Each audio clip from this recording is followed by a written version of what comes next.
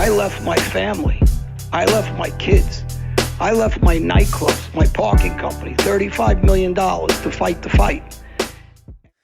Welcome everyone to a little bonus episode here for the Patreon only, a little bonus segment. First, we want to thank you guys, obviously, for subscribing to the Patreon.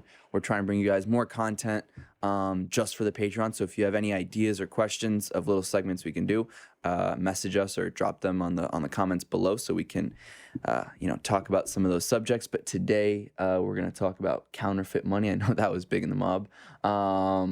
So I'll let you maybe tell me a little bit about how that worked. So, usually with counterfeit money, the paper's not good, so you can tell. But this time, the paper was pretty good.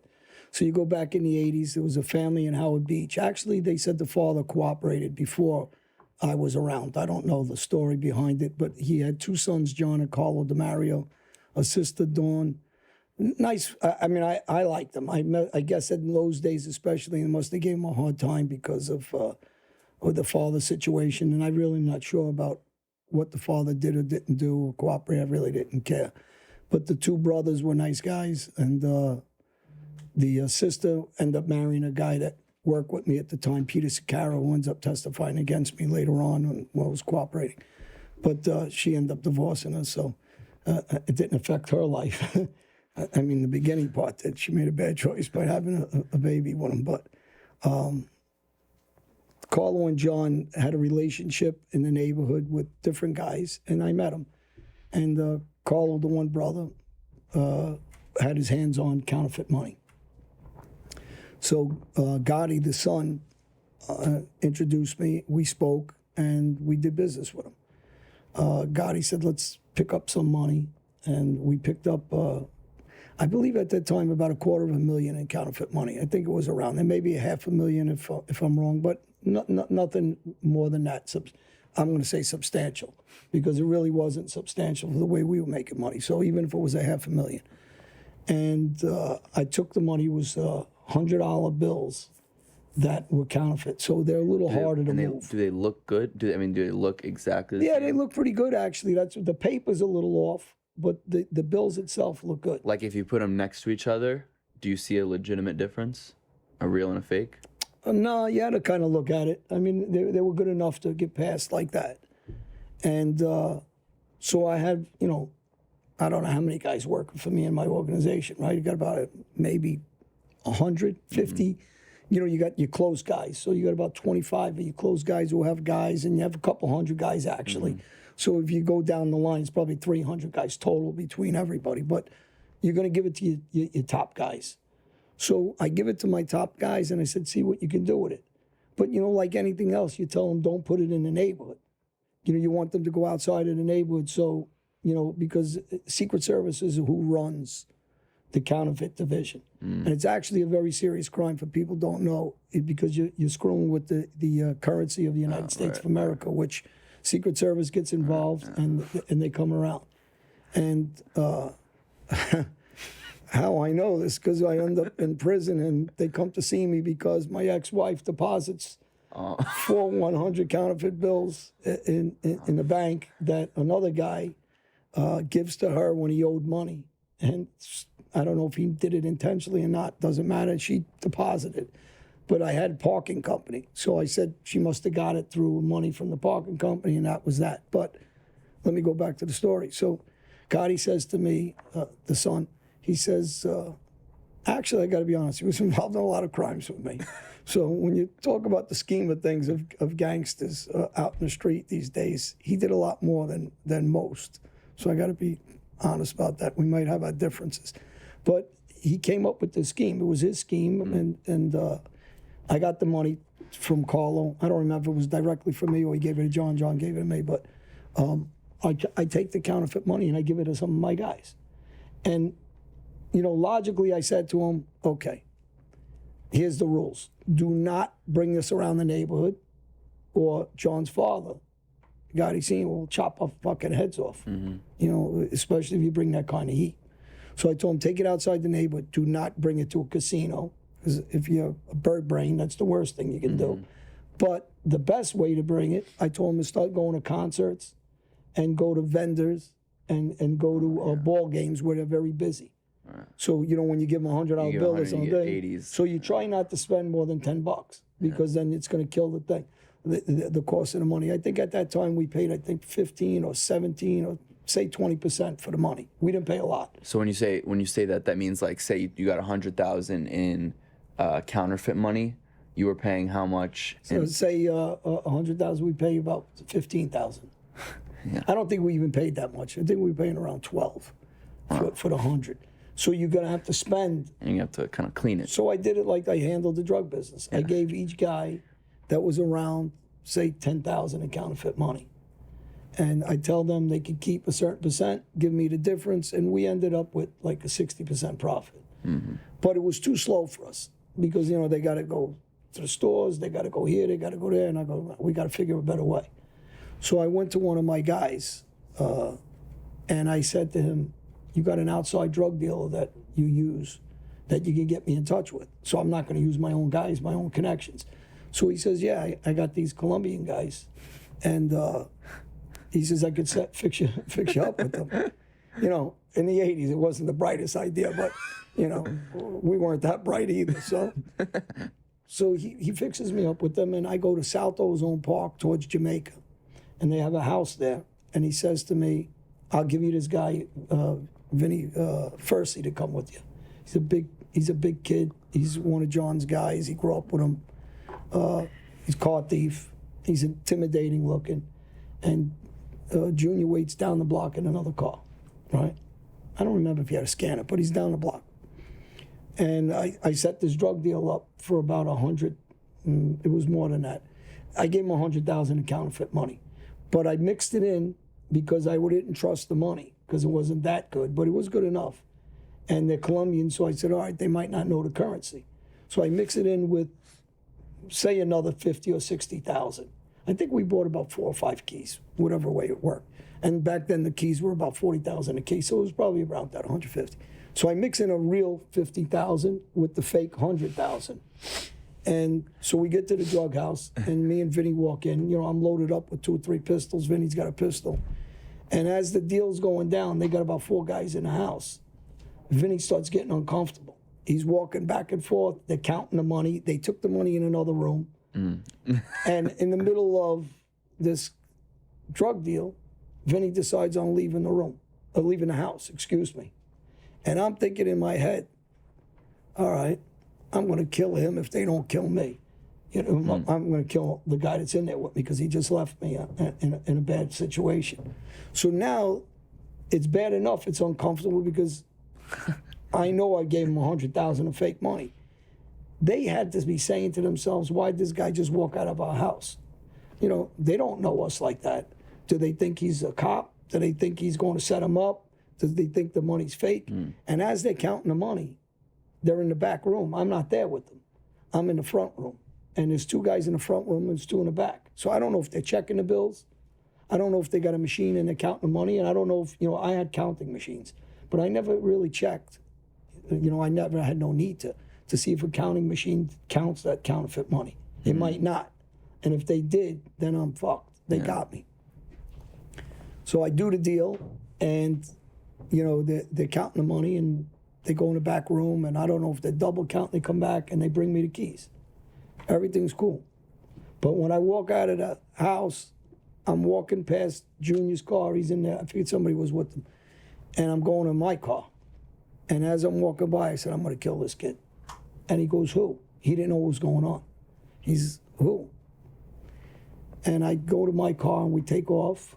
And we're laughing, and I dropped the 4 keys off of whatever I had, 5 keys, whatever the hell I had, and I dropped it off in one of my safe houses. And I go back to meet him, and he goes, "What were you so mad about?" And I go, "That piece of shit, the guy you gave me, Vinny." I know Vinny for a while. Actually, he had no business to really do that. I'm calling him a piece of shit at the time. Now I look back, he's not a killer. He's just a car thief. He's a big guy. He'll fight or whatever, but he wasn't suited for that. So it was a bad choice to bring him, but we did. So I'm steaming at the time. And John goes, "What do you want to do?" I said, "Let's kill this fucking kid." So he goes, "All right." And, so we go look for him. This is a couple of days later, a week later. I don't remember how long later, 2 weeks later. and it had to be probably a couple days or a week. And we catch him. And, he's intimidated of us. And we go like this to him. We're in the car, get in. And so he gets in, and then he says, can I drive? So John says, yeah, drive the car. We were one of those K car or rent-a-cars. And I got a gun, I'm in the back seat. And Junior's looking at me. And I said to him, and he's shaking his head, no. So I don't know why he shook his head no, but we take Vinny to the back weeds of Howard Beach where everybody. But why didn't you just leave? Like at that point, why don't you just leave him alone? Is my question. Because I was a gangster and a killer, and because he. But like, what was he? Did he pose any like future threat? No, the threat was just leaving me in that house. And so you're more just like mad that he situation. put you in that situation. Well, I'm gonna, yeah. When I get to the rest of it, you'll know why I was mad, but that don't happen yet. So we take him to the weeds, and he's a smart, he's a street guy. He's not no dummy either. And he slowly must have opened his driver's door. And I don't know this. And John's like, when he's driving with his hand, giving me the gun, like he was going to do the shooting. Or he didn't really want me to kill him because he was kind of friends with him. I didn't know him like that. It was his friend. I knew him a little bit. And I think he got soft that he didn't want to kill the kid because he knew him. And we roll up to the weeds, and Vinny knew what was coming because we told him to go to the weeds, and he just jumps out. And he's a big guy. He's 6'1", 280, like that. Jeez. And Junior pops a shot at his ass, and that was that. And I was mad. And we were both laughing, though, because it was funny because he yelped when he got shot in the ass. And then I get in the car and I'm driving. And I go, why didn't you kill him? Why'd you take the gun from me? And, we're back and forth. But joking, too. It wasn't like, we're uptight. I mean, we were always together, and we always had like a dry sense of humor. We talk about, I think it was called Take the Money and Run with Woody Allen. What color you wearing to the robbery? And we joke about that scene. And anyway, we started joking about that, Woody Allen and Take the Money and Run. And listen, so we start driving, and I go, this fucking kid. And he's joking about, and he's got to go home, get tweezers, and take that bullet out of his ass because it was only a 25. Anyway, we end up going to our club, and I end up flipping the keys, and I get whatever we got, a couple 100,000, which to us really was was a day's work and no big deal, but it was also our routine. We were always making money, and so I go to my neighborhood. And we're both working out. We're at the club on 113th Street and Liberty Avenue. We have our own social club. We have a bookmaking business out of there also. And while I'm at the club, this kid shows up, and he says to me, John, did you park your brown caddy? No, I brought a brown caddy, but I parked it up the block. And I changed the plate. We put a dummy plate on it. I'm not that dumb, but I put a dummy plate on it. So they knew the brown caddy. But the guy that hooked me up with him, he made an excuse where he met me. I don't know what he told them, but they didn't know my real name or anything. And somehow they got a hold, unless the guy gave me up. I don't think so. But somehow I wasn't parking my car on my block. I lived on a dead-end block off Jamaica Avenue. I was parking it on the main road, but up further, because just in case, because I did this robbery. And I know they're Colombian guys, serious guys. So this guy comes to the club and he goes, John, is that your car parked on Forest Parkway off Jamaica Avenue? I go, yeah, why? He says, listen, these guys are laying on you over there. I go, how do you know? He goes, I drove by a couple of times. They're definitely laying on you. So me and Junior leave the club, and we load up with guns. We had, we had a ton of stockpile of guns, but I had a 9mm semi-automatic Uzi. So I get the Uzi, I get this, I get that, and I walk up the block. And he waits on the corner with another car. And again, we brought somebody with us. And we wanted to see if they try to hit me. This is how crazy we are, right? If they try to hit me, I'm the dummy walking up the block. So if they hit me, we're going to, I got guns on me, but I got it inside my jacket. And they got guns. They're going to jump out, and we're going to have them on both sides. If they don't kill me, I'm going to fucking on a straight bullet or something. But when I walk up the block, there's nobody there.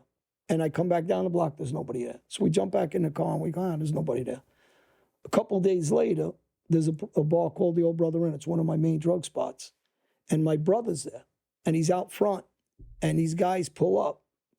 And they say to him, hey, come here. So he's like, what?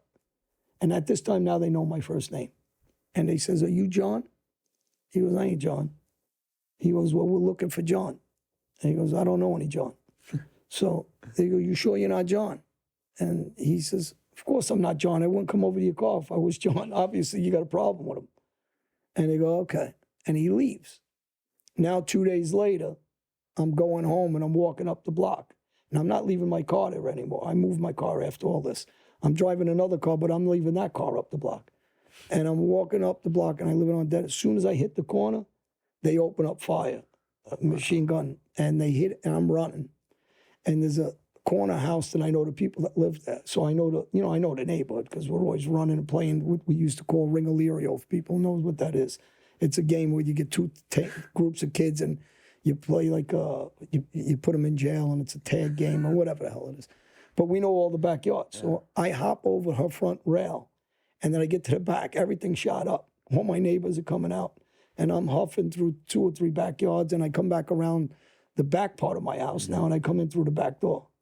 And I go in the house and I'm sweating. I'm like, it was almost impossible to miss me with those shots. So, but they missed. Now I go back to the club. Now I'm really steaming at this Vinny. And I'm like, these motherfuckers try to kill me, but we don't know how to find them now. The problem is it's an open thing. Right. And, I'm trying to find out who they are, where they're at and all that.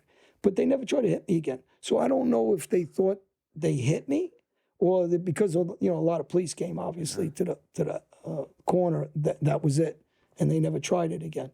Or they found out, that, it's, I'm around Gotti's and the father was the boss at the time. I really don't know what happened with them, because, we were trying to get them too. But that's just one of many schemes that we had, that we were always doing something. And, and we, listen, the risk of reward, I always tell people when you do things, it's like the risk and the reward. And if you're going to go to jail for how much time? This had to be one of the stupidest things I ever did money-wise. But so you basically turn what, like 10 or 15,000 real money into getting those keys, which are each 40. Well, you're making 85,000 on the 100,000. Right. So if I bought a So half right a off million, there. but then I gave my guys, a So percentage how much do you too. think ultimately that first? Oh, we made a couple 100,000 for sure. We'd make about $100,000 each on that. We made good money, and then we were going to buy it again from them, and I think it got caught or they stopped making them. They have plates, and that's how they make the counterfeit money. Really? And we never bought again after. I think we might have bought 2 loads, but small the first one, and then this was the second. I don't remember exactly, but it was a good scheme. Was that part of what you were charged? No, I was never charged with that. And that's an A1 felony. It's worse than a heroin and drug case. I hope not. Right? Well, it's on the Patreon. So No, I can't get charged.